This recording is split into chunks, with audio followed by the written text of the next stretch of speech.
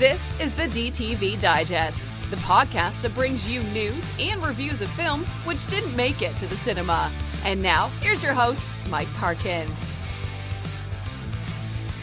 Hello, everyone, and welcome to the DTV Digest. I'm your host, Mike Parkin, and joining me tonight are Richard Halls. Hello, everyone. And Stephen Lockridge. Hello. In this bumper episode, we're going to kick off with Hell Hath No Fury, the latest film from Jesse V. Johnson. Then we have The Boy Behind the Door. Wyrmwood Apocalypse is an Australian zombie movie. And then we have the latest from Steve Lawson, The Highwayman. After that, we've got The Next Girl and the Killing of Kenneth Chamberlain. And we're going to wind up our features with Faye. Our short shot is the martial arts spectacular Twisting Tiger. And then we're going to wind up in our DTV throwback with Feast. So without further ado, let's crack on. Our first film then is Hell Hath No Fury. Set in France in 1944, Marie Dujardin, a young woman who has been branded as a Nazi collaborator, convinces a small squad of US Marines that a cache of gold is hidden in a long-forgotten graveyard. But is she telling the truth?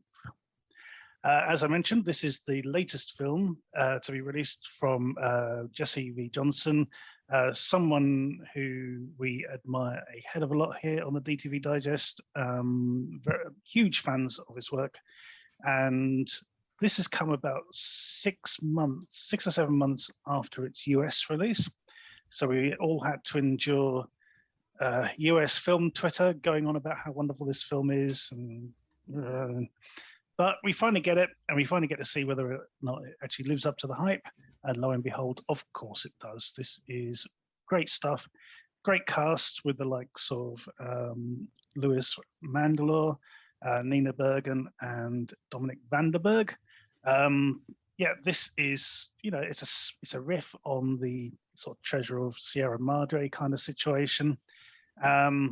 Absolutely, very well sort of self-contained little story. Rich, your thoughts on this one? Yeah, I thought it definitely lived up to the hype. Jesse Johnson's, like you say, we've got a lot of respect for him. We've followed his career ever since the start, really, and especially covering all the stuff with Scott Adkins, which he's probably most recognised for recently. But he's a director with a lot of ambition to try different things. He's become quite known for doing things like Debt Collector and Avengement, but he can do much more than standard kind of action. He likes to dabble in different things, and in this case, he's gone for a period, ensemble war story. Still plenty of action, but it is much more dramatic. He's taking a chance on a largely unknown lead. The Dutch actress and I believe singer as well, Nina Bergman, and stuntwoman Nina Bergman, who I believe was the star of a Wonder Woman mock trailer that he made. I haven't been able to verify that, but I'm pretty sure she was in his film The Beautiful Ones as well. Oh yeah, she had a small role in that, which I don't believe has had a UK. That's never been released in the UK. No, it's a shame. That was him doing something quite experimental. It was like black and white. That was one of his films with Ross McCall, who obviously is now an established director himself. He'd done Green Street Hooligans 2 with him as well. So we've got familiar, cast, from past Johnson films, including Dominic Vandenberg, who Jesse started his career with. His first 2 or 3 films were, including a short film, were with Dominic, I think, and they sort of reteamed after several years to do The Mercenary, which was kind of sandwiched between all the Scott Adkins stuff. Terrific sort of Rambo style action, that one. But Vandenberg gets to be much more dramatic in this one, which I think, he's a supporting player, gets quite a small you know, a smallish role. He's unrecognizable in this as well. Practically, yeah. I mean, I didn't for the first few scenes, I wasn't 100% sure it was him, because it's such a different version of him. It's, you know, compared to the sort of usual sort of stoic characters that he plays. You know, this one, you know, it's very emotional. You know, yes, he's showing a lot more range than I gave him credit for. Yeah, a very nuanced, you know, sort of emotional acting performance. You know, showing a lot of sensitivity as well as, you know, fierceness. You know, he's still a very fierce fighter in the film. And we've also we've got, say, Nina Bergman in the lead. She's very striking, very impressive. Louis Mandylor, the regular, but we've also got Daniel Bernhardt, who, you know, in the 90s, he was the heir to the Bloodsport franchise. Had a very solid few years as a leading DTV action star in the sort of you know, when everyone was after, here's another Jean-Claude Van Damme-like kind of thing that was going on at the time. But then he moved away. You know, the market changed.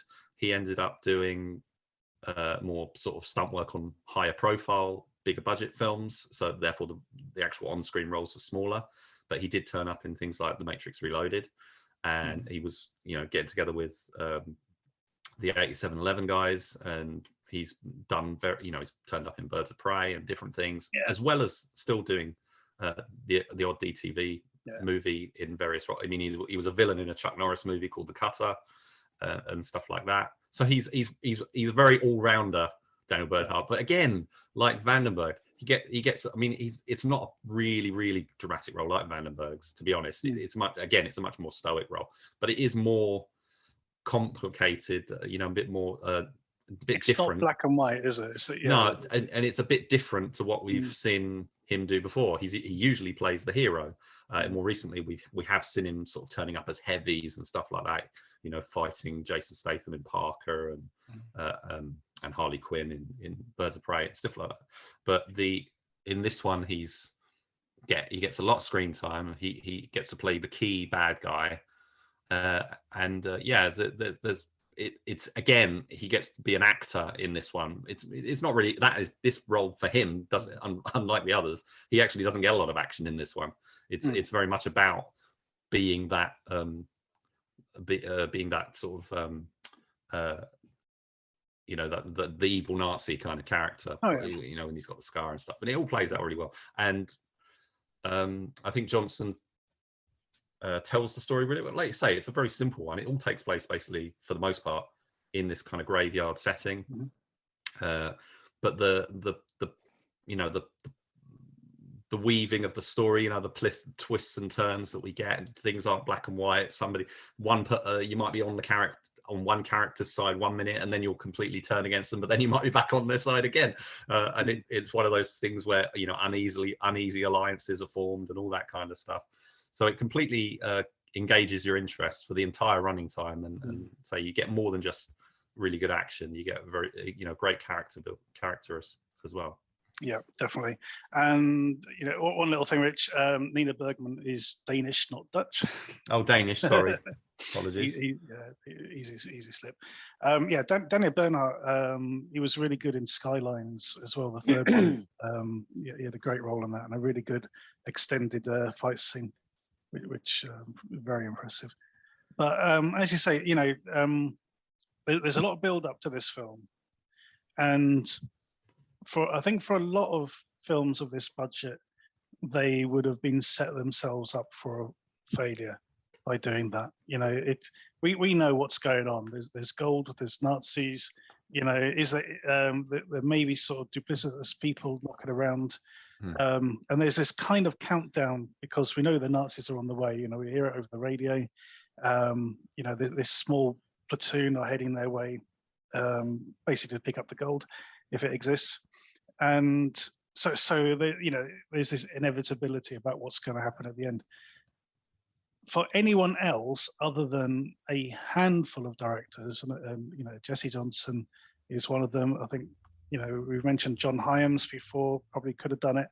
Roll Rain could have done it. You know, there's probably one or two others, but anyone else, I think, would have been set themselves up for doom with this particular scenario, because I don't think they would have been able to pull off the same level of carnage and action that we get in that final sort of 20 minutes.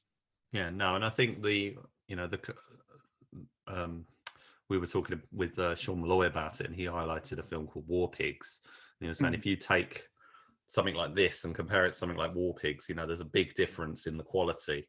The standard you get from a film like this, even though it's probably on basically the same budget, you're getting a lot more out of it. The actors are giving not necessarily the people you would expect to see. Somebody else, another a director might be doing a DTV World War II film, but they might be able to get like Tom Berenger or something, and Tom Berenger's done some great stuff as well.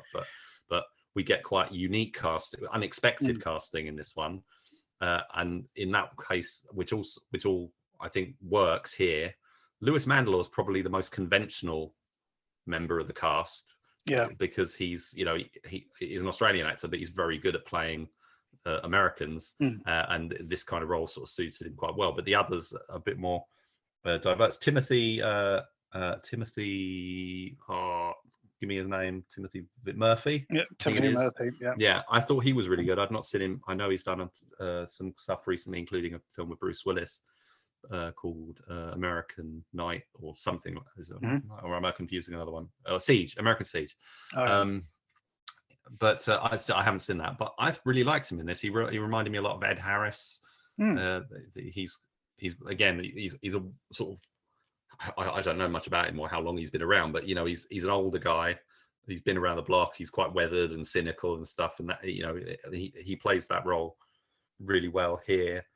Another thing I just wanted to mention was that this film is in large part subtitled, which is also quite a risky thing. I mean, it's more acceptable now, but still, for a filmmaker trying to pull together a film on a low budget, you would generally say, let's just shoot this all in English.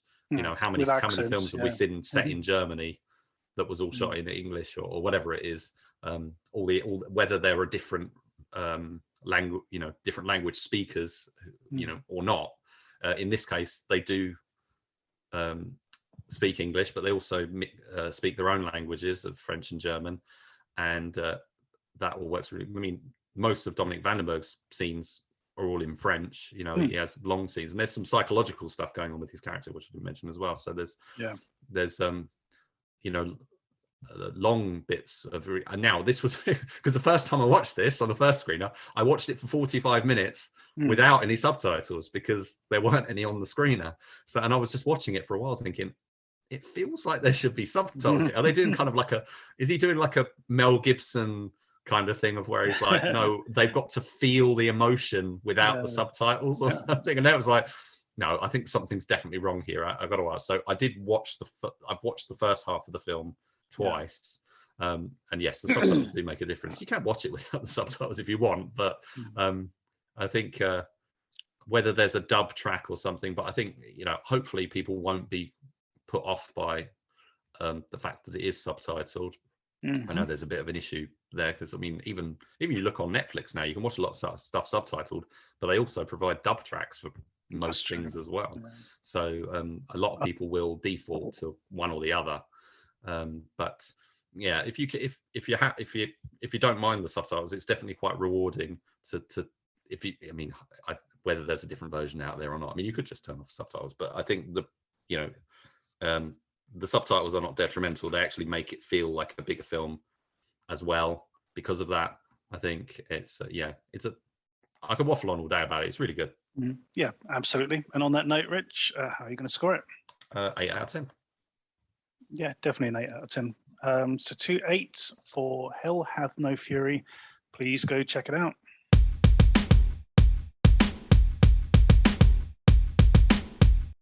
Our next film is The Boy Behind the Door. After Bobby and his best friend Kevin are kidnapped and taken to a strange house in the middle of nowhere, Bobby manages to escape.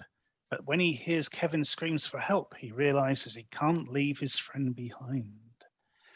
This is the latest film, which was a sort of Shudder original, I believe, being released via Acorn on DVD and Blu-ray.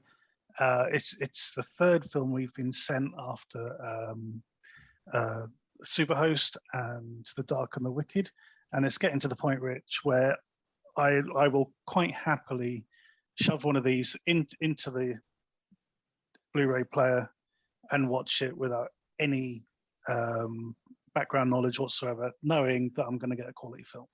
Yeah, you know, there is exactly. I'm building that sort of level of trust in what they're curating, much in the same way of someone like the Horror Collective. You know, yes. It's getting to that state now. It's another great example of the old, you know, your protagonist being terrorized in a single location. In this case, a big house in the middle of nowhere, where kids are being abducted and used. I'm going to say.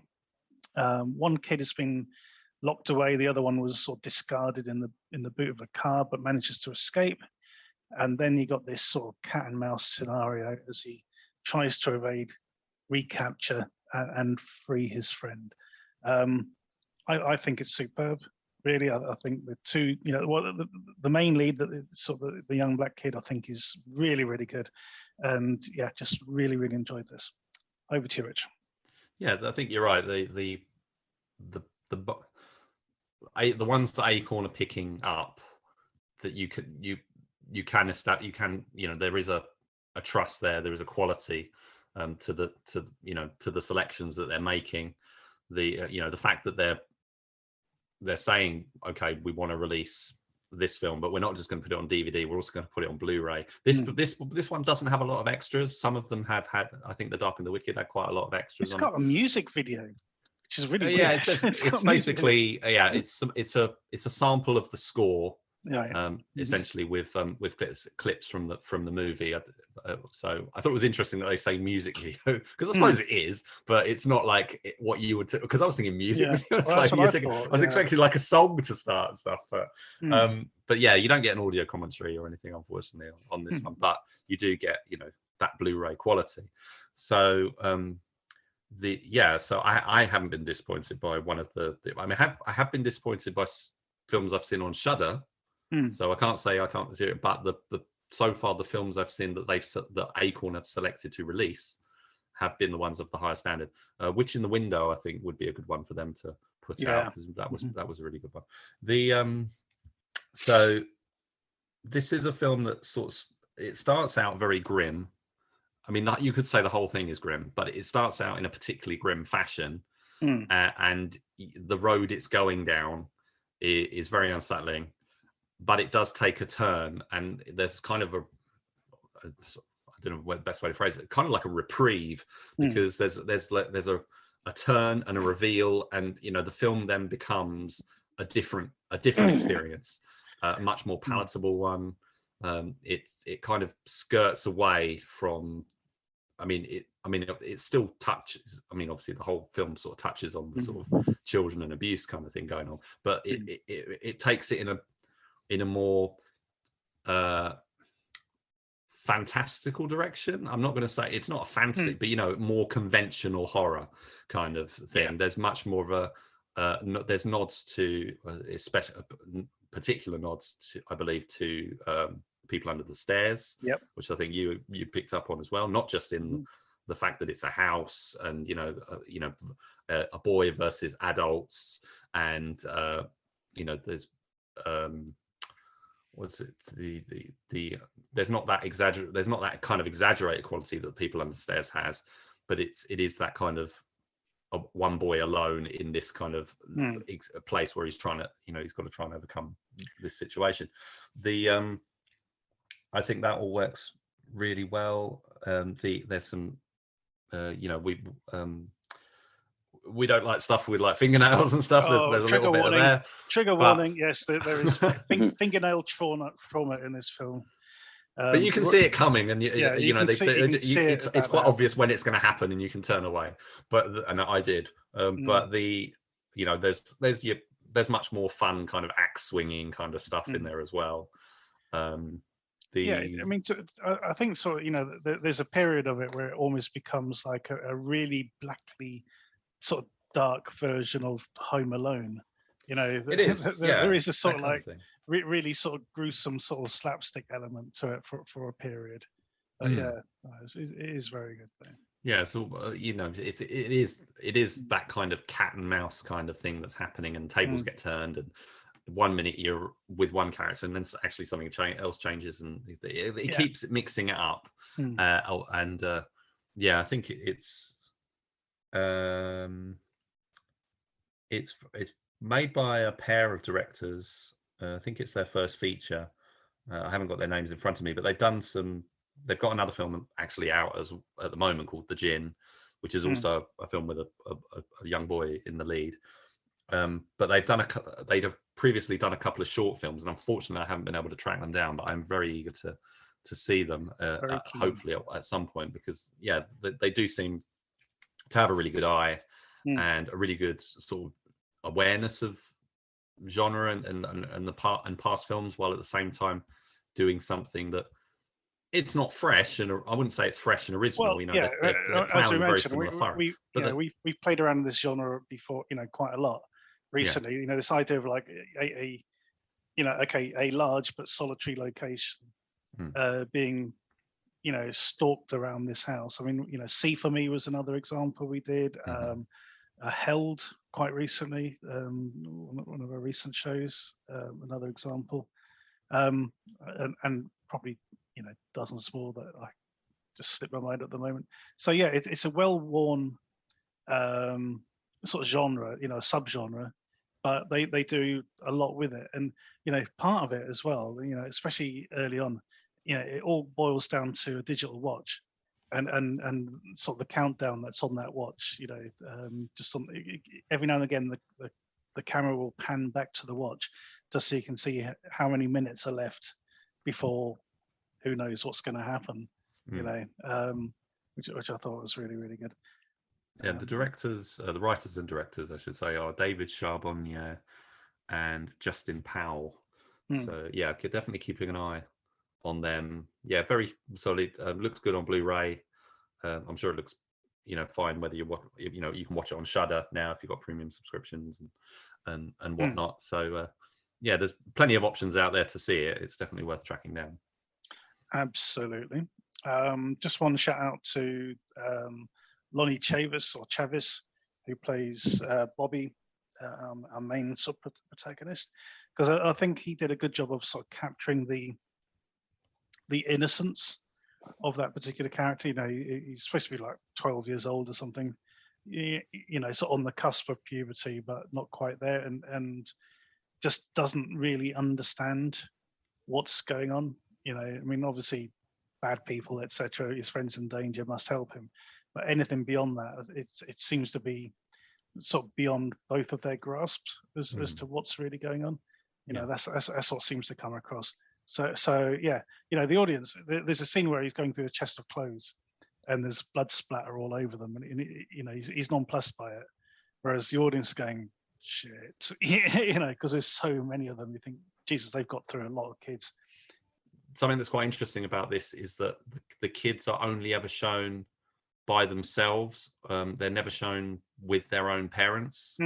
It's almost like they don't have parents. They're kind of in a world on their own. They're kind of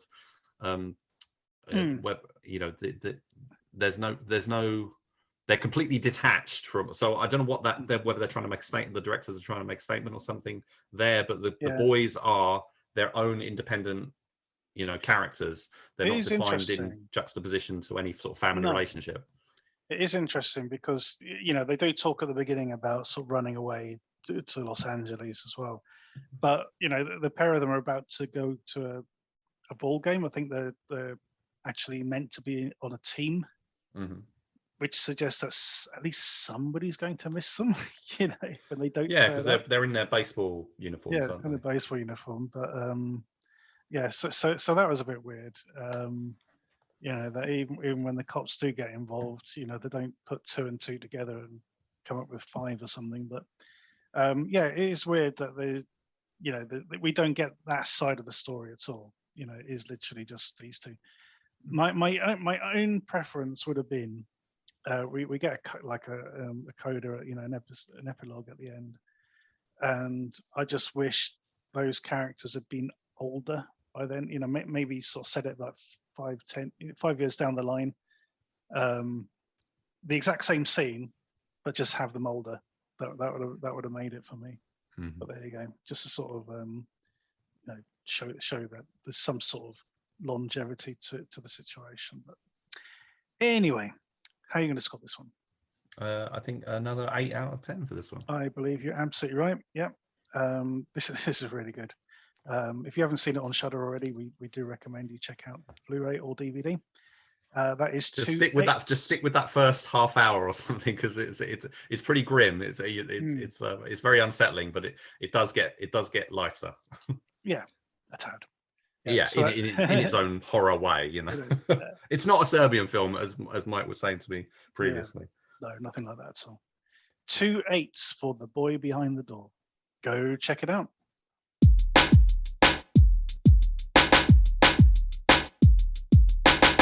Our next review is The Highwayman.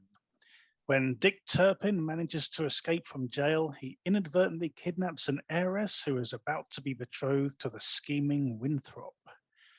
This is the latest film from Steve Lawson. Steve, and like his previous films, he's working on a tight budget, a very small and tight budget, and has sort of crafted a script which suits that. You know, it takes the ideas of who Dick Turpin was, etc., but then sort of puts them into this sort of scenario which suits his budget.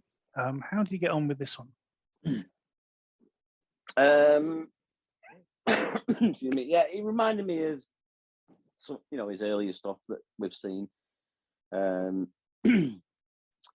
but more along the lines of, say, not Ripper Untold, but more like the Fourth Musketeer type style to me. It was okay. Again, it's his usual thing. It's not based on any story or true tales or anything before like that. He's getting the character and just molding it into something that it can shoot cheaply, quickly, easily, really. I think there's actually the house is very familiar. I'm sure it's the same one that was used in Jekyll and Hyde. Again, but yeah, it's it's okay. It's more the same, more of what I expect from him, really. And it is what it is. And I just wish he'd maybe get a bit more money. And I'd like to see him with a bigger budget, see what he could actually do, because he does craft the films well. But I'm just it's getting a bit samey to me at the minute with him, really. I know where you're coming from, but I mean, I enjoyed this one. It was certainly more enjoyable than the Fourth Musketeer. It is a bit less talky than that one. I did like the sort of scheming aspect of it. Me and my wife have been watching Bridgerton recently, and there's a touch of that in this. Yeah. Believe it or not, with this character Winthrop and what he's planning and stuff. I really enjoyed those scenes in particular. I thought this, is a bit more dynamic than the previous one. The acting was a lot better as well. I think it's a much firmer footing here. But I do agree with you. Instead of being quite so prolific, maybe try and get them to sort of merge a couple of budgets together just to give them a bit more time, a bit more production values. But yeah, I mean, it's not so much the production values. It is, I suppose. It's I think what I've found with more or less a lot of the films this week is it's kind of like 1 or 2 locations and that's it. And especially with what he's been doing, like the last 4, I think it's 4 we've watched in about 6 months, is it? Maybe a bit more. Starting with Ripper Untold, Jekyll and Hyde, right.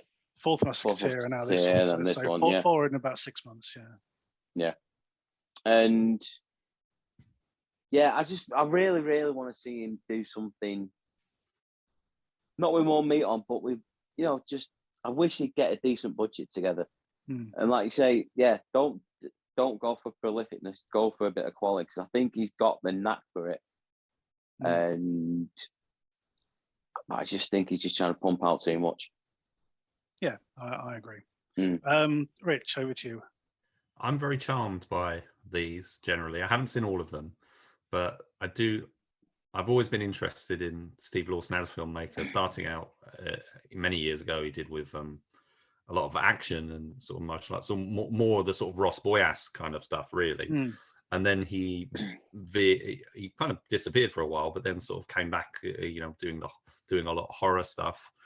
And he still obviously specializes in kind of horror, but he's delving into these other things, and more recently, like you say, he's doing these films like Jekyll and Hyde, Fourth Musketeer, Bram Stoker's Van Helsing, which I haven't seen, but I really do want to, where he's doing these period stories based on either, classic source material or classic legend or whatever it is, something recognizable that people will be able to, click with, rather than his, previously all his stuff was original stories that he was, conceiving. And I do think that what he's set, that this kind of series that he's doing has in partnership with High Flyers, which is quite unusual, because High Flyers usually just buy up films, whereas these are like films made for them with their money, as far as I can tell. These films have a signature style. They've got very limited resources, but I think he knows what to do with it. I think Fourth Musketeer was perhaps was stretching things a bit too far, because you have to have those sword fight scenes and stuff in that kind of story, and it couldn't really meet those expectations. But the Highwayman is different. The action is sort of similar, but it's much, there's much lower expectations, I think, on needing to have like grand fight scenes or anything. It's much more rough and tumble kind of thing in this, and the fight scenes in this worked. What limited action there was worked well, punctuating certain scenes.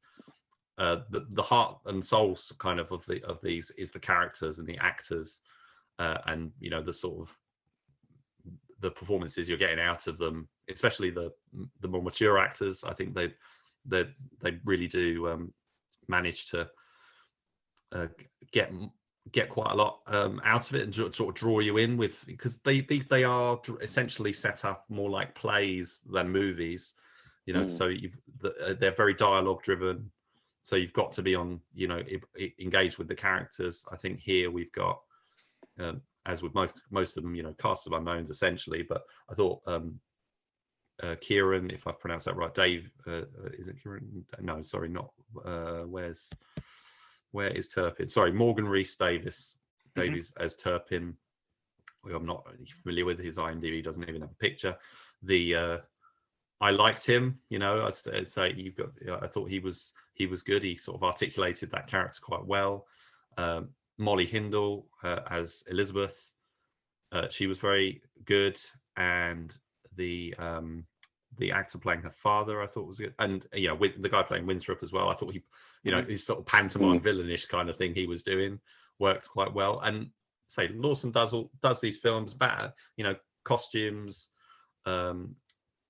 limited, sort of exterior shots of locations and stuff, because say it has to be something that looks historic, and you can't be showing fancy modern buildings and stuff, so that's a bit difficult in certain scenes, especially when you haven't got the resources to hire like a National Trust property or something. But I think the interiors and that work quite well, and the stories don't outstay their welcome. You could get it could last a lot longer, but I think an hour and 15, hour and 20 minutes seems to work quite well for these. I did enjoy this one as much as something like Jekyll and Hyde and Ripper Untold, although I think those I preferred those two because of a couple of the performances in particular. But yes, he's cranking out a lot of these. I think probably he has to. He's probably dictated to by the market, by probably possibly high flyers. That they need a certain number of films, and you've only got a certain amount of money to do it, which is the classic exploitation movie kind of setup. But I'm certainly not. I wasn't disappointed by this one. I confess I was with Fourth Musketeer, but I wasn't disappointed by this. I think he's not.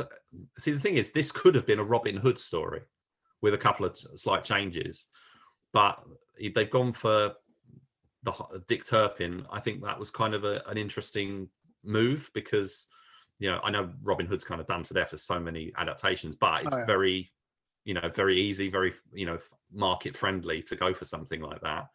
Whereas Dick Turpin, there hasn't been a lot. Well, that's right. Yeah, I mean, recently, it is. Makes it stand out. It is a good one, as you say. It is relatively untouched. Yeah. Whereas if anyone mentions another Robin Hood, I think the whole world collectively just rolls their eyes. When I think of Dick Turpin, I think of Carry On. Yeah. Carry On, Dick. Or Dick Turnip, or whatever it was. See, Rich, you're showing your age, mate. Because the first thing I thought of was Stand and Deliver. They will take your stereo and your record collection. Oh, was that Adam and the Ants? Of course. Yeah. How could you think of anything else? But there you go. Okay, scores on the doors, Steve. I'll give it a 6. Okay, I'm going to give this one a 7. So, Rich. I will give it a 7 as well. 2 7s and a 6 for the Highwayman. Go check it out.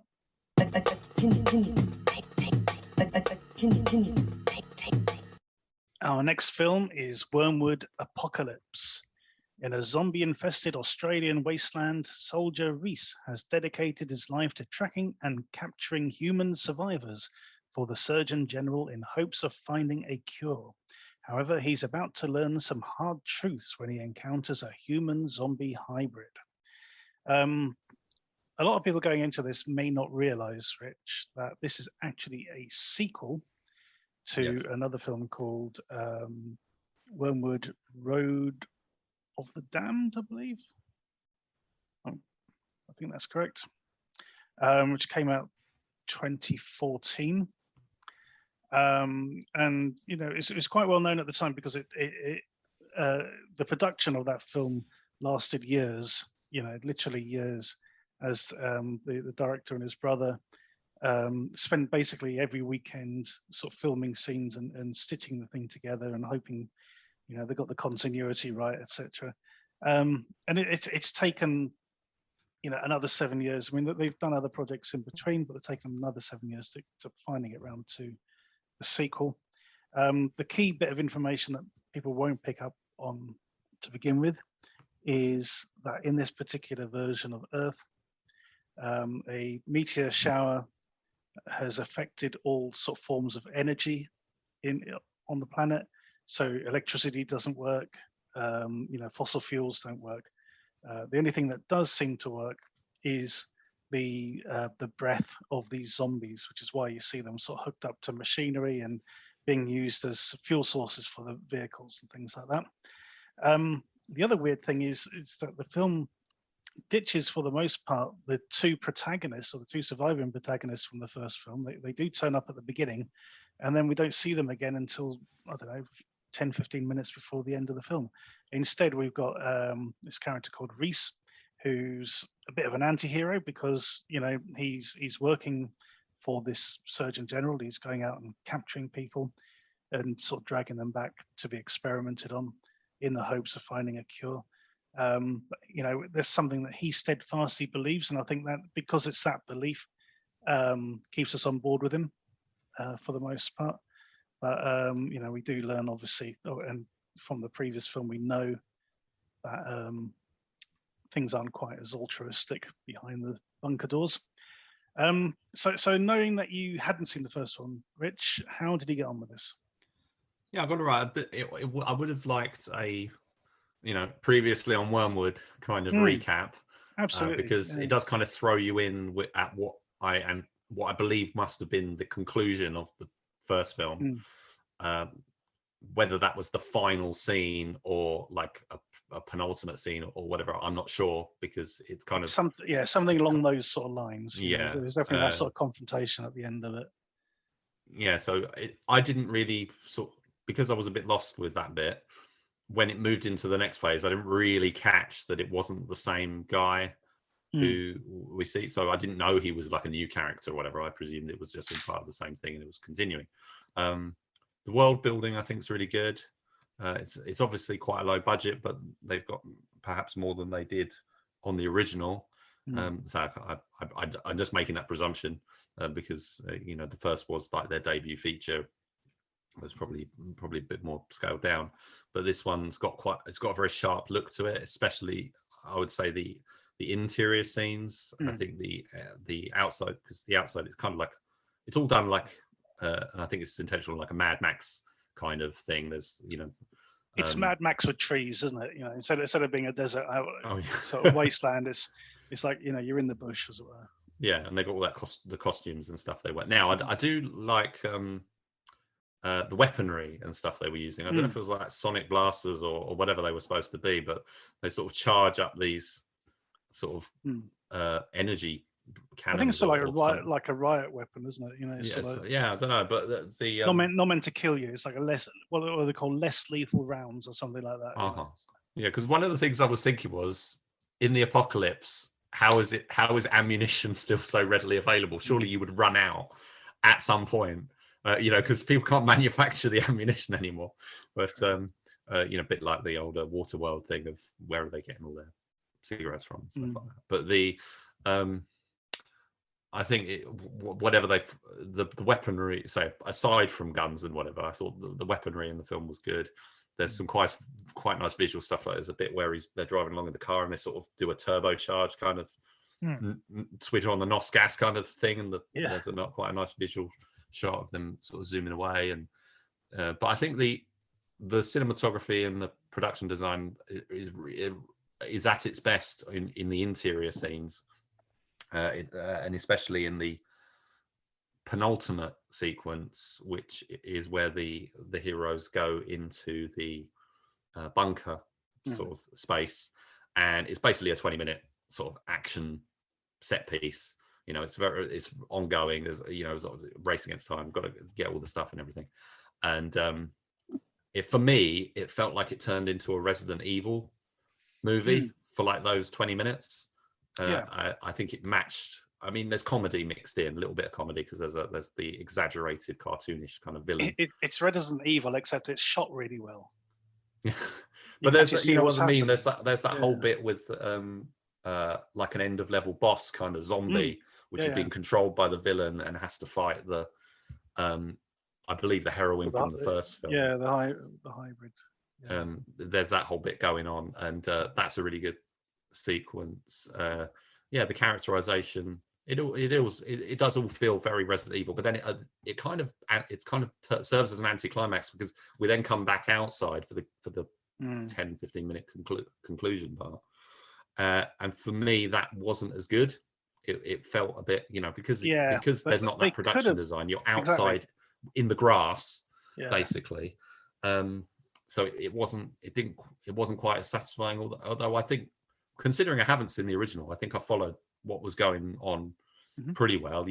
I think the world building sort of established that quite well, and having that new character, although I didn't know he was a new character, but it's introducing that character and establishing, he's living in this kind of self-made compound, and he's got these zombies where he's it's all visual, where he's got them hooked up to stuff and everything. I think that I didn't know the vapors thing and stuff of that, so I didn't understand that until you told me about it. But for the most part, I was okay with it, and I think the costumes, production design, the makeup and everything is all very good. And I think even if you haven't seen the first film, if you pick this up in the supermarket, or if people pick this up in the supermarket, they'll be a little bit confused, but then they'll be absolutely fine. They'll have a while at a time. Absolutely. Yeah, this is really well done. Lots of good action sequences in this one.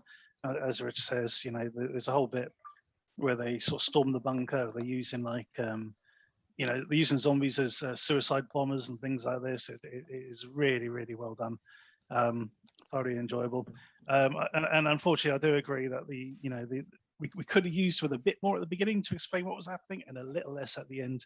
They kind of went past the sort of the natural break point, I think, for this film. But on that note, Rich, how are you going to score it? I am going to score it a 7 out of 10. I'm going to join you on a 7. Yep, thoroughly enjoyable, this one. Please check it out. And, to the Roach-Turner brothers, please don't make us wait another 7 years. They have done other stuff in between. They did the film Necrotronic, even, which I have seen, and I did enjoy that as well. So, yep. They've done mostly shorts. They started out with shorts, and they've done a few shorts since Wyrmwood, including actually a Wyrmwood short, because they were trying to get a TV show off the ground. I'm definitely going to try and track that down to see whether it's kind of does it have sort of a self-contained sort of little sort of. I mean, obviously it's designed as a teaser for a series, but does it fit in to these films, or is it tangential characters or whatever? It'd be interesting if I could see the original film and that short film. I'd be interested to sort of see how the world is sort of being pulled together, because I think Wyrmwood Apocalypse kind of ends on another sort of lead in for for another film. So there's still plenty that they've got up their sleeve that they want to try out. But I do want to. They're actually doing a film called Sting next, which is, I believe, about like a giant spider or something like that. Anyway, which could be quite a fun sort of different thing. They're going they're working with Weta and stuff, I think, for that. So that should be quite interesting. Yeah, absolutely. No way. I'm just looking at this thing called Sting. Have you seen who's supposedly in the cast? I'm just clicking on it now. John Goodman, Jeff Daniels, Julian Sands. That's Arachnophobia. That's Arachnophobia. They've literally got the cast of Arachnophobia star in their film about the killer spider. A deadly South American spider that hitched a ride to the US in a coffin and began to breed and kill all humans. Yeah, that is literally. If this is the right synopsis, and they've got this cast, I doff my hat to you guys. That is awesome stunt casting. They're doing an Arachnophobia homage, it seems. Homage, yes. So we shall keep an eye on that, for absolutely sure. I hope Jeff Goodman sort of plays an exterminator and stuff again. Yeah, John Goodman. That'd be fantastic. Absolutely. If it's all real, because apparently, because you never know how much to believe on IMDb. But there's actually a news story from Screen Daily, and they do actually say Cornerstone Films Board's Australian Arachnophobia horror. So I know that they could be taking, you could take that two ways, just about a spider or literally Arachnophobia, the movie. So that could be fun. Although I hate spiders, so I'll be approaching with caution. Anyway, 2 7s for Wyrmwood Apocalypse. Go check it out. Our next review is The Next Girl. A young woman called Lorian is abducted in a supermarket car park and taken to a remote farmhouse where a bizarre couple use drugs and trauma-based mind control to turn their victims into living dolls. Okay, cards on the table, guys. I really enjoyed this.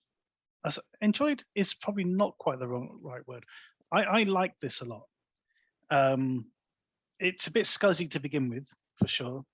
But the visuals in this, the sort of hallucinatory visuals that we get, I think were really, really well done. And up until the mid-credit sequence, I was mostly on board with this. There's one particular character who annoyed the hell out of me, I will admit. But I could sort of put that to the side for most of it because she sort of flits in and out.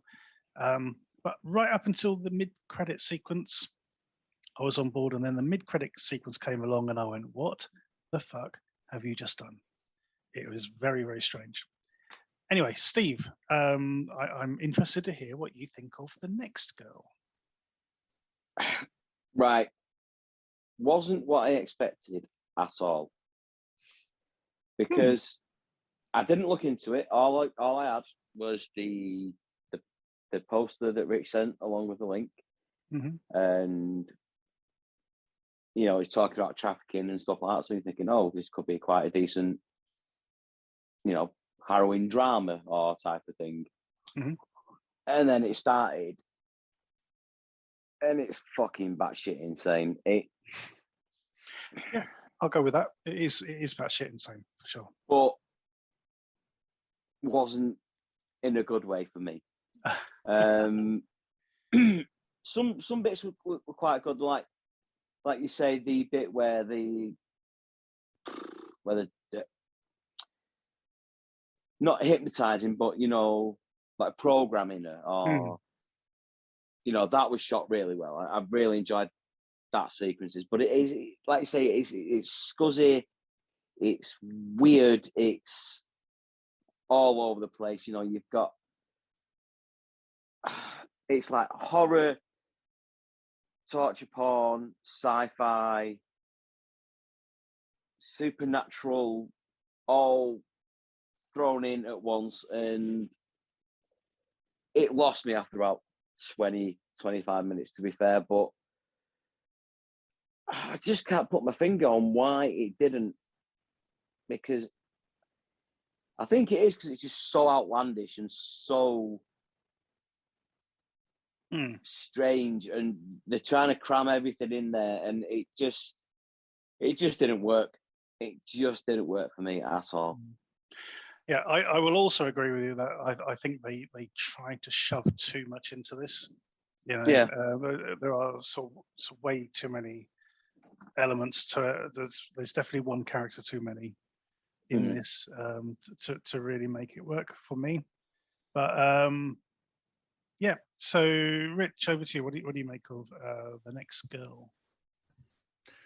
Well, it reminded me of, well, sort of the sort of basic setup and the core sort of thing they were going for. Kind of reminded me of the Game Is Murder, in that you've got this sort of deranged couple at the head. I mean, if you put this and the boy behind the door together, you've essentially got People Under the Stairs. It's kind of they've kind of split the two. So this is kind of the People Under the Stairs, but the parent side with the crazy sort of parent characters.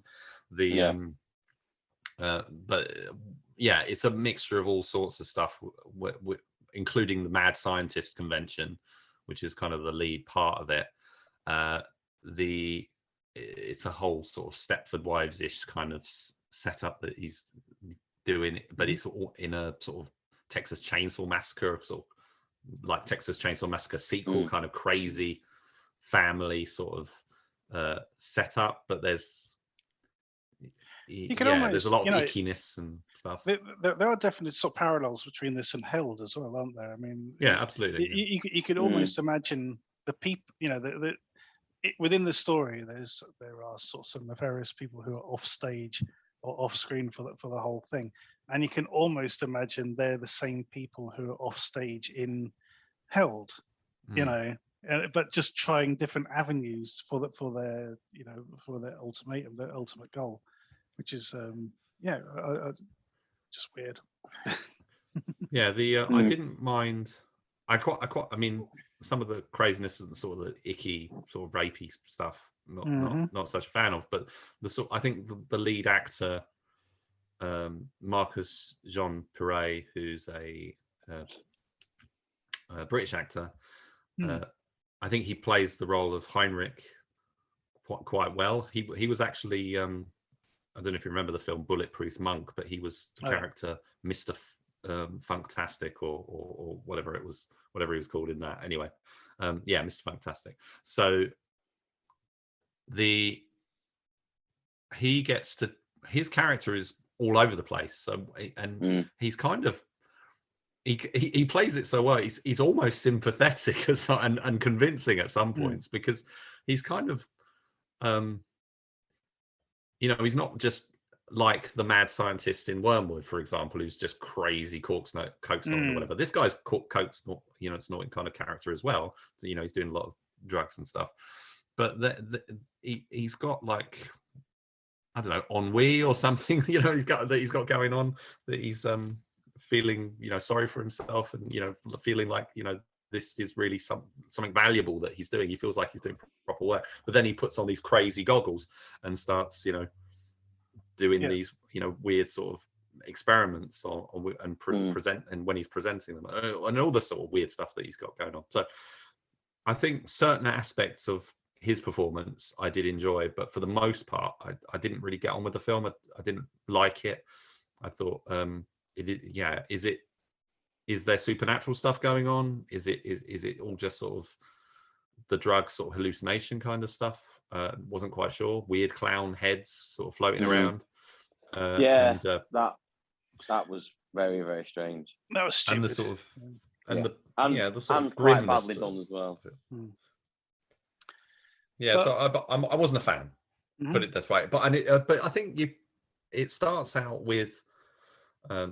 I don't know if they've changed it on the release, but on the screener, the original title of the film is Girl Next, which automatically is kind of an awkward title. I mean, the fact they've put it back, they've ordered the title to something more conventional, is kind of telling. But the Girl Next is an awkward sort of title, and it's presented over a shot of a cow in a field and stuff. So it's a very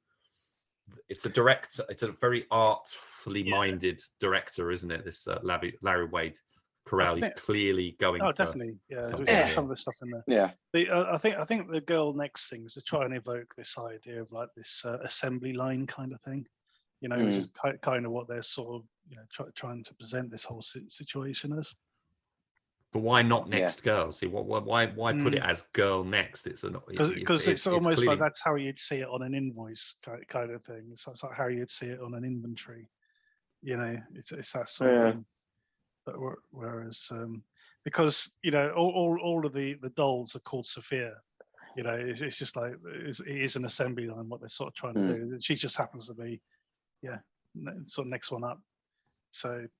Yeah, I can kind of see why that they went with that particular, title rather than The Next Girl, which is just like, I don't know, sort of dumbing it down for English audiences as usual. So it's definitely a flawed film as far as I'm concerned, but visually I think it's quite rich. I did like the sort of central performances. I hated the girl who was playing younger than she actually is. It was almost like this sort of Arrested Development kind of situation. I thought her scenes just really grated until her last scene. Then it sort of kind of made sense. But no, I could have done without her for the whole thing. And I wish also the people in the background, like I said, there's an off-screen presence in this film. And I just wish there'd been more made of that to make sense of everything that was going on. But other than that, I did like a lot of this, I must admit. So on that note, Steve, how are you going to score it? I'll give it a 5. 5 out of 10. And Rich? I'll give it a 3. Well, I'm going for a 6 on this one. So a 3, a 5, and a 6. It's pretty spread out. That is The Next Girl. Go check it out.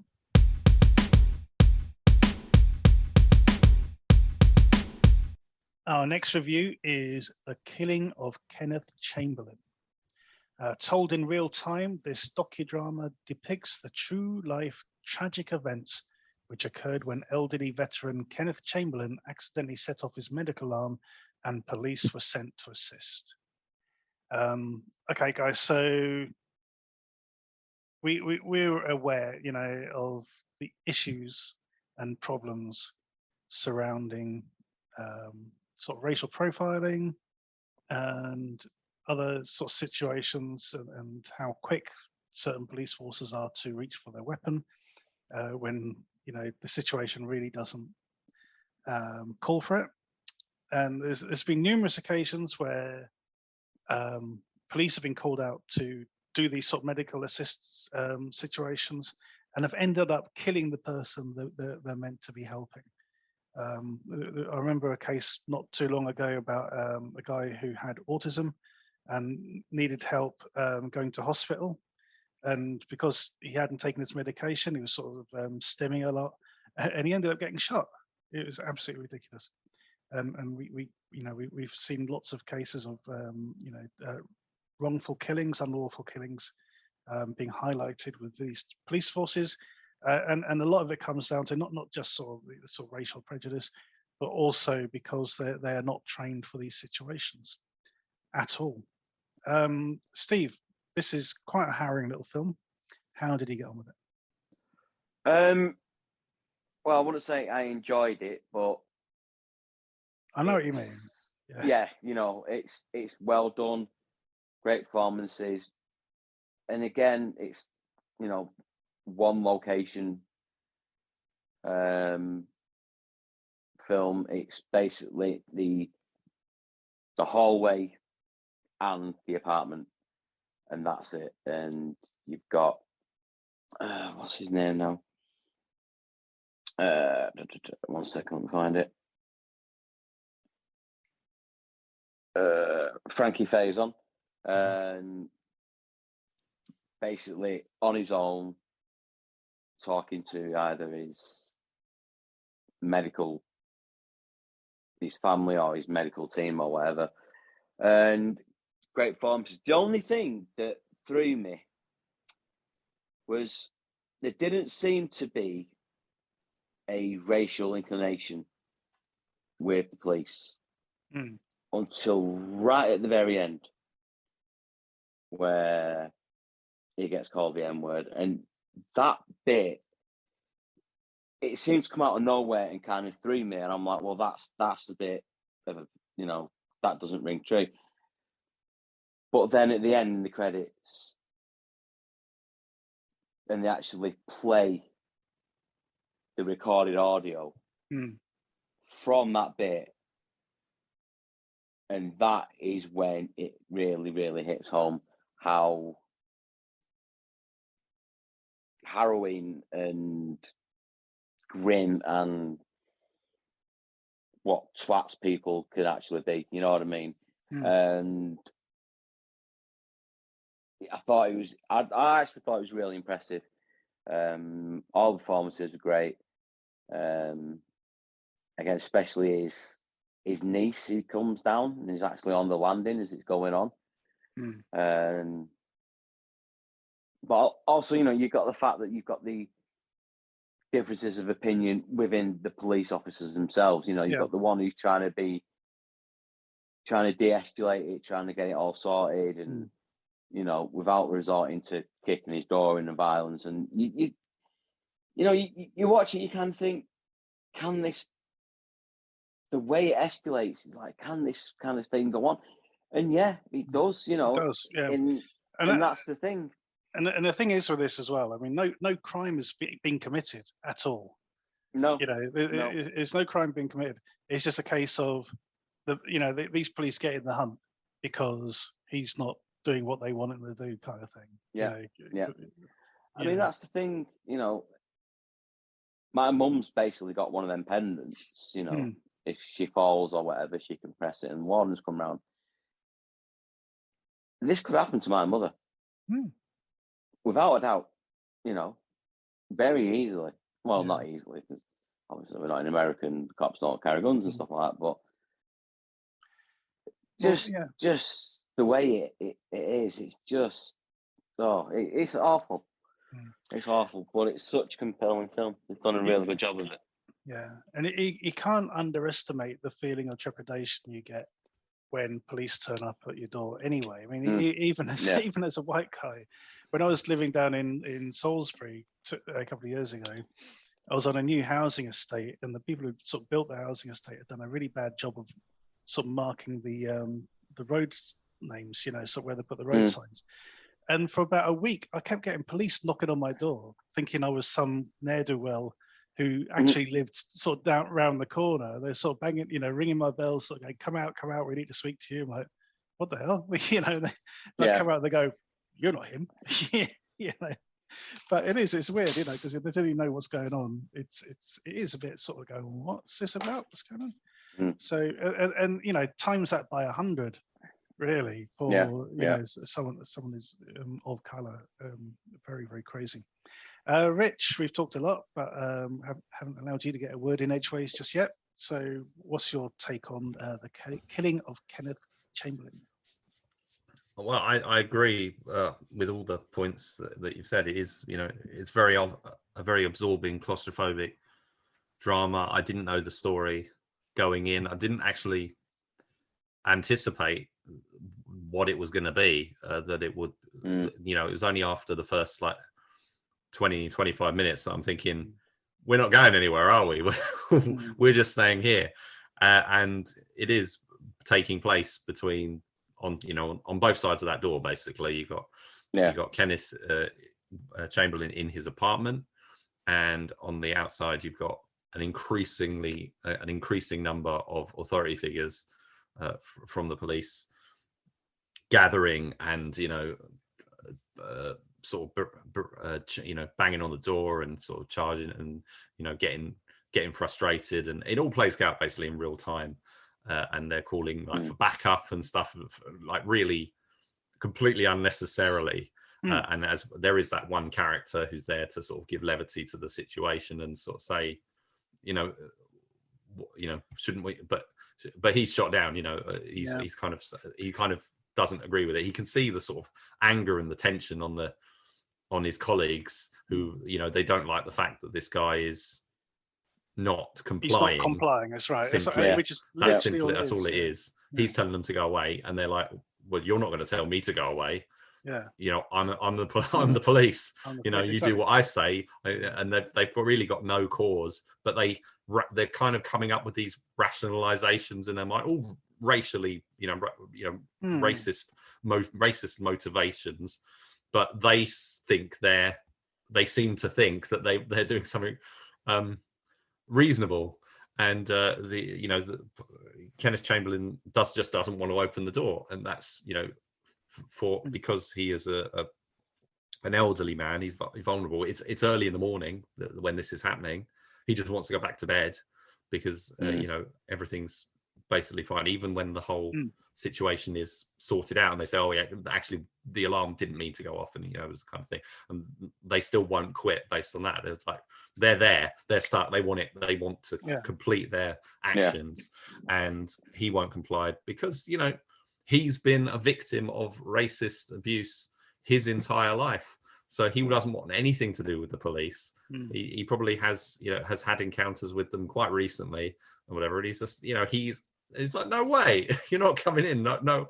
We get people who are quite older people, even if they haven't suffered abuse their whole life, they can be very stubborn. No, just go away, leave, this is my house, especially in America, there's that whole territorial kind of thing of you just don't want, get off my land, or get away from, get off my porch, or whatever it is. People just don't want their space invaded, and he's very, very stubborn. He's a former Marine, and he's mentally fragile as well. He's got his medication and stuff, and he's perhaps I know it's possibly part of the dramatization of the film, but he's kind of losing it as the story's unfolding, and they're not picking up the clues. They're not picking up the fact that they are making the situation a million times worse. They're just thinking, we've got to get in there because there could be something in there that we've got to stop, or whatever. It's unbelievable, and it's harrowing. It's a very important. I think it's a really important film to see. It carries its running time very well. The performances are engaging. The camera work, when it needs to be, is quite dynamic, and it was a real surprise because I didn't know at all what it was going to be going in, and although we have seen similarly stagey sort of setups before, I think this even though it doesn't go anywhere, but it feels like a big proper movie, more like something like more like something like a phone booth, I would say, than like one of like I'm saying, like with Steve Lawson's sort of low budget, play-ish kind of stuff. This doesn't feel like a play. It feels like a movie. It's very dynamic. I did a bit of reading up on the case afterwards. You can easily find stuff online. There's a wiki page for it as well. And it took a long time for Kenneth's son to get any sort of justice out of this. I think it went to appeals court after the initial ruling, like, oh, the cops didn't do anything wrong, really. Then the appeal failed, and eventually they got it through like a civil suit. And the judge finally sort of relented and said, basically something along the lines of, if there'd been a more seasoned officer on the scene, they would never be, that whole thing would be over in 5 minutes, because he'd have known straight away, we don't need to be here. There's no reason for us to be here. He's fine. Let's just go. We've got bigger and better things to be worried about. But no, there's a black man on the other side of the door who refuses to open. So therefore, there's something nefarious going on. And tragedy, unfortunately, ensued. Yes, it's a bit of a gut punch film. And how are we going to score it? Steve? I'm going to give it an 8. I'm going to join you in an 8. And Rich? I'm going to give it a 9. 2 8s and a 9 for The Killing of Kenneth Chamberlain. Please go check it out.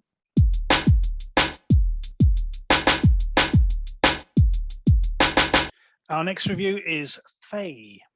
A widowed self-help guru spends a week at a secluded cabin to work on her new book, but instead finds herself battling her own inner demons. It's an interesting point you made earlier, Steve, that just about every film we covered this week is centered around a single location. The irony is the only one that isn't is Wyrmwood, which is shot mostly outdoors. Is quite amusing. But again, here we are in a secluded, isolated location. And it was quite interesting watching this, because when our main character Faye is on the phone to a publisher, and the publisher sort of says, "Oh, I've got this cabin out in Alabama," and I was like, "Oh God, here we go, cabin out in Alabama. It's going to be Deliverance meets Last House on the Left or something." But instead, we do get something different in that this is wholly a one-woman show. So we've got one actress on screen the whole time, with no other characters to interact with apart from over the phone. And we get these sort of chapters and these little interludes where it looks like she's on a stage, sort of talking to an audience, maybe like a book reading kind of thing, to sort of punctuate the story as it's going along. But unfortunately for me, I found the whole thing to be very tedious, centered around a reasonably unlikable character, and sort of how she's sort of dealing with things just did not sit well with me at all. So how about you, Steve? Yeah, it came across to me as very, very pretentious, and I kind of guessed the twist angle about 20 minutes in, what was coming, and it wasn't scary, to be fair. And it was, a couple of jump scares, but they weren't very good ones. And she is an unlikable character, to be fair, but I think that's the point. Quite self-pitying, self-loathing, and it was the the monologue, cutting to the monologue that got me. I don't think it needed that. You know what? I mean, I'd have quite happily watched that monologue. It was the rest of it that didn't work for me. Well, not because to me, I think I What could do you have mean watched that monologue? separately. Isn't there like a dozen monologues? In Well, this? it's all part of the same that's what I thing. mean. Yeah. It's a flowing thing, but it's obviously edited in or The soliloquy, basically. I mean, yeah. Yeah. So the rest of it is a monologue, as you say. But, and I think separately, I think it could have been okay, but putting them together and how they did it to me it broke the flow of the movie in a way, and it just kept coming to it like a dead end, and then carrying on 5 minutes later, and it was just wasn't. I don't want to spoil it, but it's not a supernatural thing to me. It's more a meditation on grief and alcoholism and things like that, and guilt as well. Yeah. And in that respect, what wasn't really kind of what I expected, but it wasn't as fulfilling as I thought it should be. There's a couple of films which popped into my head watching this. So one is I Am the Pretty Thing That Lives Upstairs, and the other one is The Last Will and Testament.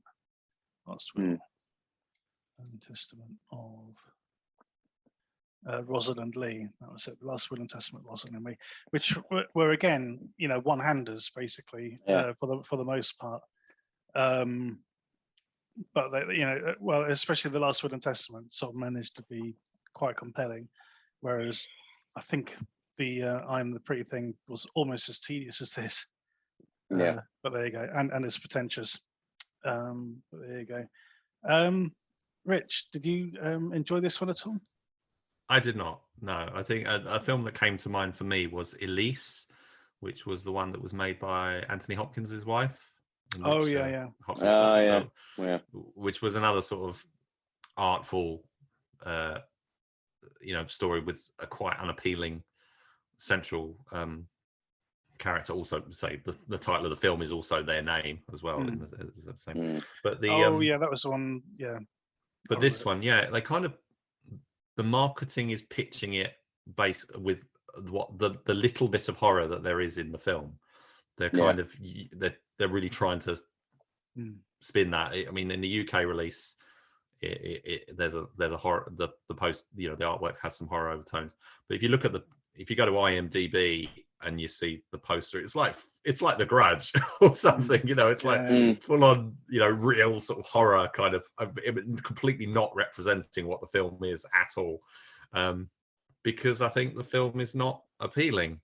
I think Steve's right. You're highlighting those themes that that it is exploring those things. It's a character study or a meditation or whatever. But I didn't like the character, and I didn't like the stuff she was saying. I was just like, oh, she's just rambling on. And unfortunately, the actress is giving her all, obviously, and I've got nothing against the actress, but it was, for me, not particularly. I wasn't interested or engaged with it. I think there's potentially a good short film in here. I think especially with the horror themes and the way they connect to the film. I've mentioned this name a couple of times recently, but the short filmmaker Dylan Vibart would handle this much better. Within like 10, 15, maybe 30 minutes, would have been able to pull it off. But perhaps not with that kind of one woman show, like you say, kind of thing that the film has got. So it's a bold move, and I think particularly it is unusual to have a film with such a small cast, but that is basically one person on screen is all you get. Apart from, say, a few supporting players in the back. Does anyone else appear on screen that you remember? No one else does. No. So it is, which again kind of reinforces that kind of thing that they're going for in the movie. It's like she is in her own world. She's isolated, and she's in her own world, and she's disconnected from other people. The only people she's talking to are essentially not there, or over the phone. There's the stuff in the theatre where she's on the stage. Is she talking to some an audience? We're not quite sure. We don't know. Is it in her mind or whatever? There's all sorts of psychological. Is it something that's happening before or after the events that are taking place in the cabin? We don't know, but it's quite kind of, that's, the film is making some points, which is fair, but I just don't think it was engaging. It wasn't, it's very low budget, which is fair enough. But it just couldn't pull it off for me. And I was just irritated by the film, to be honest, as a whole. And that's never good. That's not good, is it? I mean, you want to get something out of it, and I really feel like I didn't get anything out of it. Yeah, for the record, I think the bits on stage, I think they happen after what we're seeing. Yeah. Which again sort of put me in mind that what we're seeing, there's going to be kind of a happy ending. She's going to come out of it the other end. But there you go. That's just my take on it. Anyway, scores on the doors, Steve. I'll give it a 5. I'll join you on a 5, and Rich. I'm sorry, I'm going to go 2. 2. A 2 and 2 5s for Faye. I'll do that again. A 2 and 2 5s for Faye. Go check it out.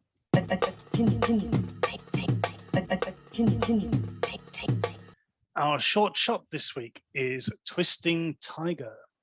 A local martial arts master tries to keep his young students from making the same mistake he did when he was involved in gang fights on the streets of LA. This is one of the best shorts we've seen this year, I believe, Rich. We have a very good setup, and it is pulled off really, really well. I thoroughly enjoyed this. Steve, what did you make of Twisting Tiger? Yeah, I thought it was cracking. I think some of the performances were a little bit not 100%, to be fair. But I thought the choreography was great. The shot composition was great. And what I really liked about this is, normally with like gang war things or, gang battles or whatever, but this really, to me, threw the emotion in there as well. With the death of the other character and trying to honour him, and it wasn't just all about kicking ass. It was more meditative, and just really, really enjoyable. Actually, it was like a cross between Crouching Tiger and Boys in the Hood, and actually did itself justice, I thought. But really, really enjoyed this. It is one of the best ones I've seen in a long while. It is, it's a very, very well structured. We got the Kung Fu Master who's been and done it all, basically. We get the sort of tragic flashback, and then we get his upstart students who are, he wants to teach them martial arts to keep them off the streets. Basically, they want to use that martial arts for the streets. And defend their honor and their streets and all the rest of it, which is, probably sounds really important to them, but when they grow up, I'm pretty sure it'll sound pretty hollow. But there you go. This does remind me of the work of Gino Kang as well. Sort of one of the films he made definitely touches on this. So Rich, you curated this one for us, so over to you. Yeah, I mean we're really lucky that we get that there's so many hungry action filmmakers and martial artists and very talented people out there looking to try and establish themselves or make a way in the industry. That we get tons and tons of really high quality action shorts on a regular basis from people like Art School Dropouts and Martial Club and whatnot. And this one from Team Red Pro it's a cut above, because a lot of these shorts do tend to be, yes, we get the action, but sometimes they're literally just an action scene or a very top and tail kind of with story. And this one is a fully developed it takes place over 30 minutes, but it's kind of a feature film kind of feel to it. You've got those the fully rounded stuff happening. As you say, there's the great action, but you've also got the characters and the emotions and the weight of the drama. It's a very it's a very dramatic film, which we wouldn't necessarily expect it to be. It's paying homage to it's contemporary, but it's paying homage to sort of classic sort of blaxploitation martial arts films in particular, really, and Jim Kelly and all that. But the same sort of stuff that influenced RZA with his stuff that's sort of he's done. The central character is very stoic, and it's kind of the upstart youngsters who are the sort of bigger performances, is saying the film, and they're the.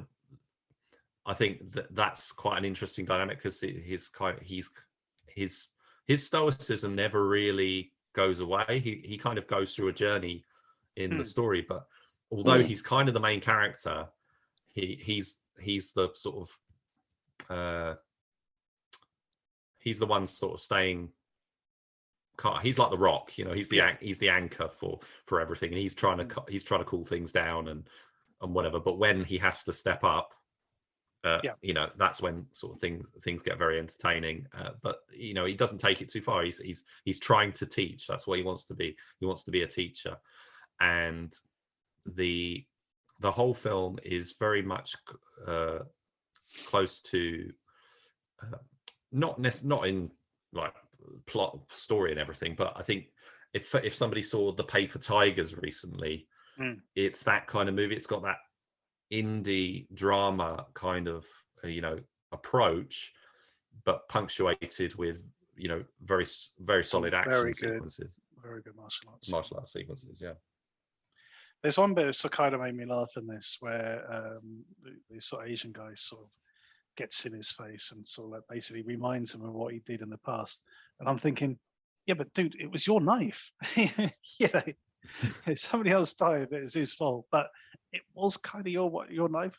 You're the one who drew it in the first place. But yeah, it seems to have forgotten about that bit. But the other bit as well, we're talking about the hot-headed students. Yes. And the one, the one who's sort of kind of like the antagonist, basically. He sort of gets in his head. He's got to protect himself. He's got to protect the streets. Got to protect his neighborhood from these guys. He decides he's going to go buy a gun. In order to pay for it, he basically steals his mate's jewelry off him, so he can go and yanks his gold chains off him, so he can go pay for a gun. Which is just shows you the the bloody mindedness of it. Basically, the fog that's in front of his eyes, that he can't see what he's doing at all. At that point, it's I can imagine that happens a lot. Anyway, we do not score the shorts, but we certainly recommend you check them out, and you'll find a link to this in the footnotes. Please check it out. And I do believe these guys have got other videos, Rich. Yep, Team Repro have got a whole load of stuff on their YouTube channel, including another film. I haven't seen them, but there's one called Red Rising, Blood and Smoke, which was also done with Terrell Cota Bullock, who is the central character here in Twisted Tiger, and also what's the other one he did? It's called Afro Samurai Champloo. But he's done a whole bunch of other stuff, and he's worked on. He's done stunt work on different things. There's one called Mulan, an East Side Story, which has had quite a lot of good things said about it. I haven't seen it everywhere. This guy actually, Joseph Lee, the director. One of his most recent gigs was previs on Everything Everywhere All at Once. All right, the new Michelle Yeoh film, must have worked which is just coming out. Martial Club guys, so. Yeah, which is also, I think, got Martial Club guys involved. And I think they did some work on this one as well. There's a lot of, if you look in the credits, there's actually quite a few names. So you're like, oh yeah, that guy, you know. It's like it's almost like a who's who of some of the people, sort of the rising stars. And yeah, so definitely I will be checking out some of their other, you know, videos, and also those by the members of the cast. I think Terrell's done some other things as we as well. mentioned before, you know, you can certainly end up getting lost in a rabbit's warren, but yeah, please check out this film, check out their other works as well on YouTube. Just click on the link below.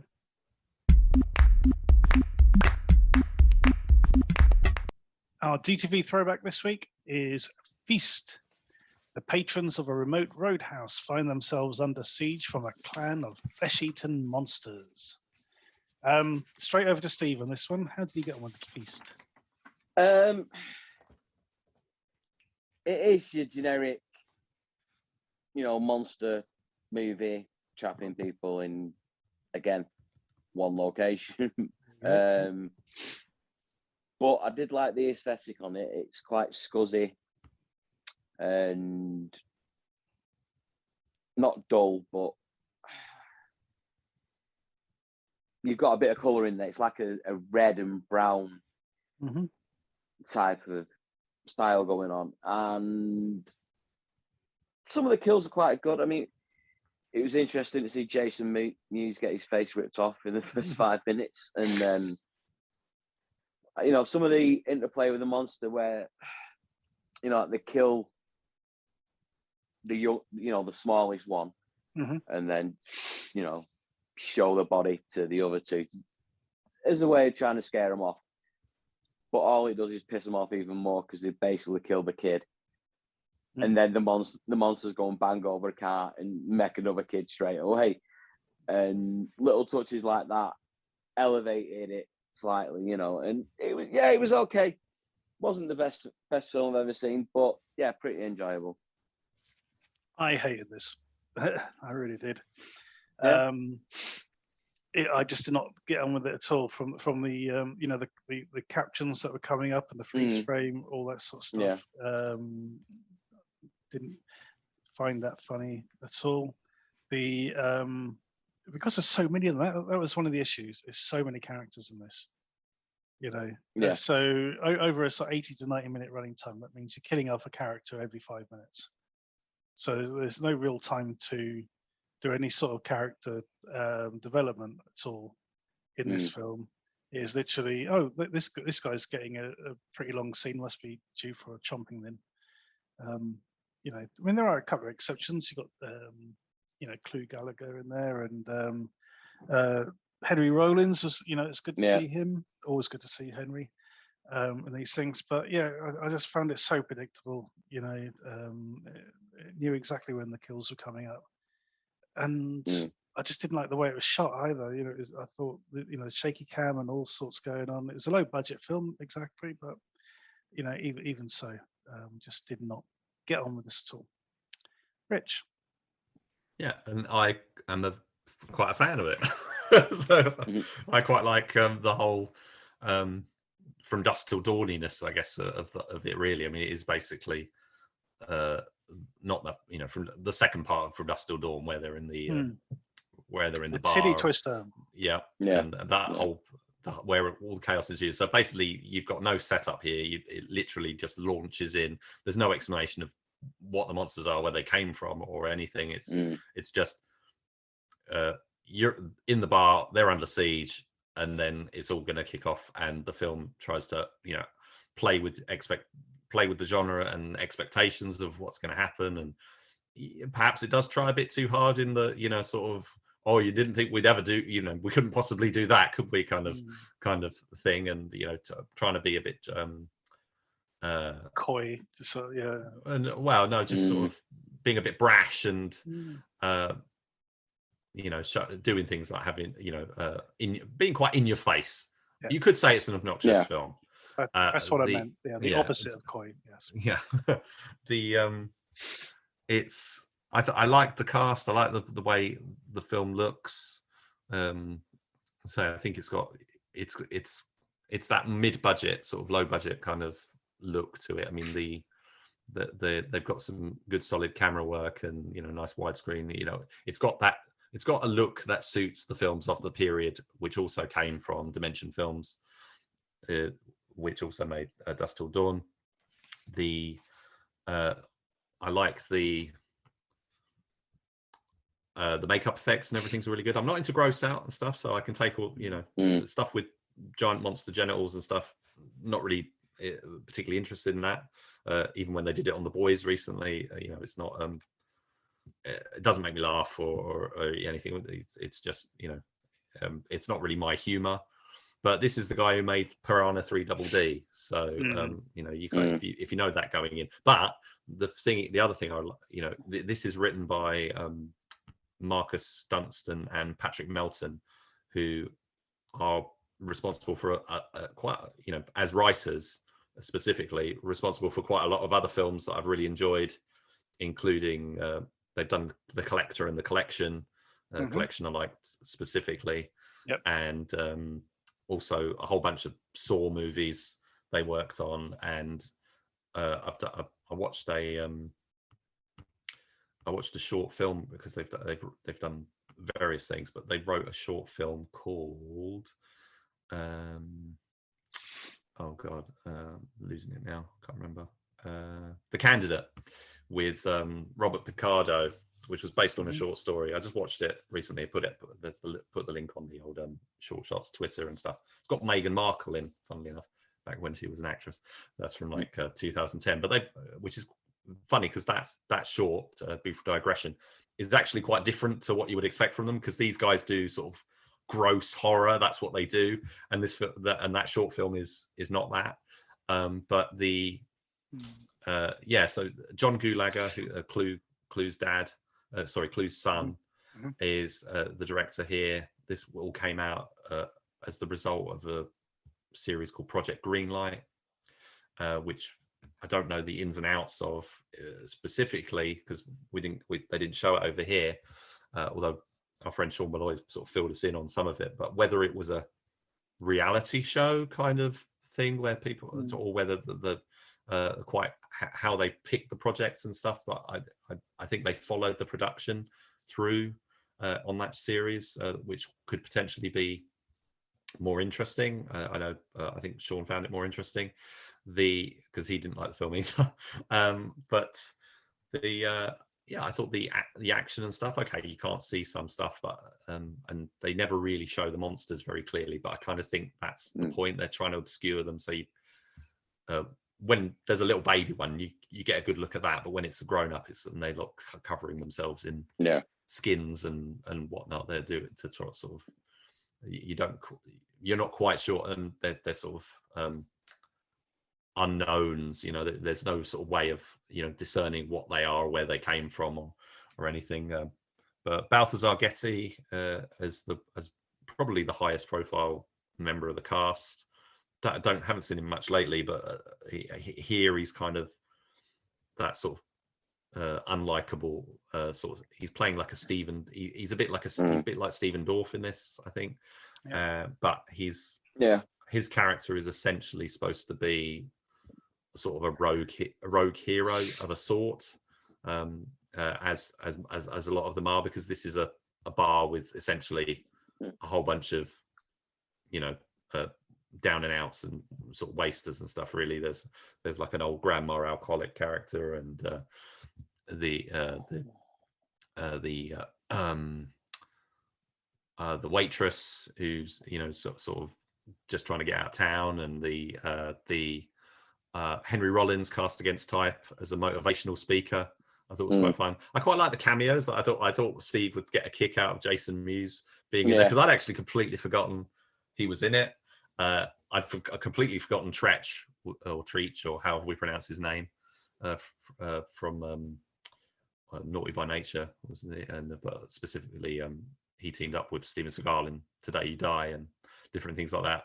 I'd forgotten he was going to have a role in it as well and stuff. And I quite like I don't know. I quite like the whole. I just think it's fun, quite a breezy, fun, gross horror movie. Obviously, I'm much more fond of it than Mike is. Indeed. Yeah. I remember looking on IMDb, and I know there are 2 sequels to this. The first sequel is called Sloppy Seconds, which just tells me everything I need to know.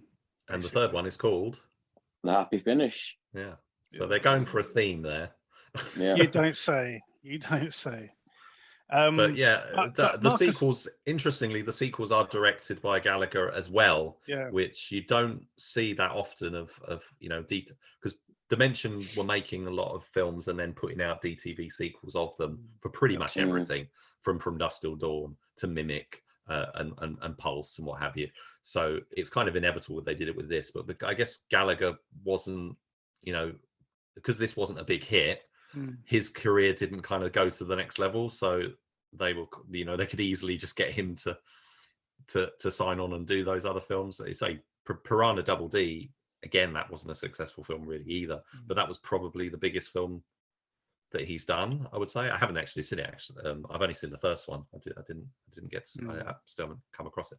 But the I think he handles this material quite well. I think he's a reasonable director. I think the sequels definitely are not as good because they don't have that strong visual quality and the sort of the same amount of money for the visual effects and everything, and some stronger actors. So they're much more typical DTV, whereas this is a film that was made for the cinema, and it just, in the UK, it just didn't, because it wasn't a big success, it didn't get cinema release. But it does feel like a movie you could have watched in the cinema. It's got that budget quality to it. I do have a lot of time for the writer Marcus Dunstan. I must admit, as you mentioned 2 there, that the collector and the collection. They wrote a novel as well, I think. Well, and he's written the 3rd one called The Collected, which is fingers crossed that will go into production. But he did another one. I don't know if you've seen it, Rich, called The Neighbour. Yeah, well, I think we talked about it on this show. Did we? I believe so. No, I don't think we have yet. No. Well, we've definitely seen it. Well, I've seen it. Just checking to see if you had. But yeah, so Marcus, I've definitely got a lot of time for his stuff. Really impressed with his work. John Gulager, not so much, although I will give his new one a try when it finally gets released. Well, there you go. Okay, we do not score the DTV throwbacks, but we do recommend you check them out. Even if I don't like it myself, I still think people should check it out, give it a watch. Currently available on Freevee, what used to be IMDb TV. So barring a couple of advert breaks, it's free to watch.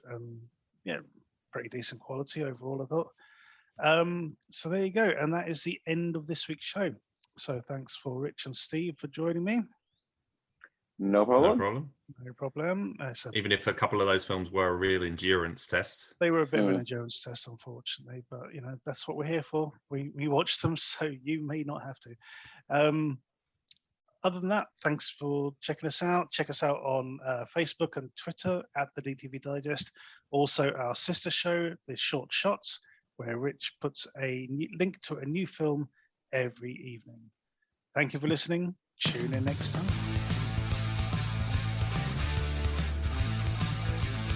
Thank you for listening to the DTV Digest. Let us know your thoughts in the comments and tune in again next time.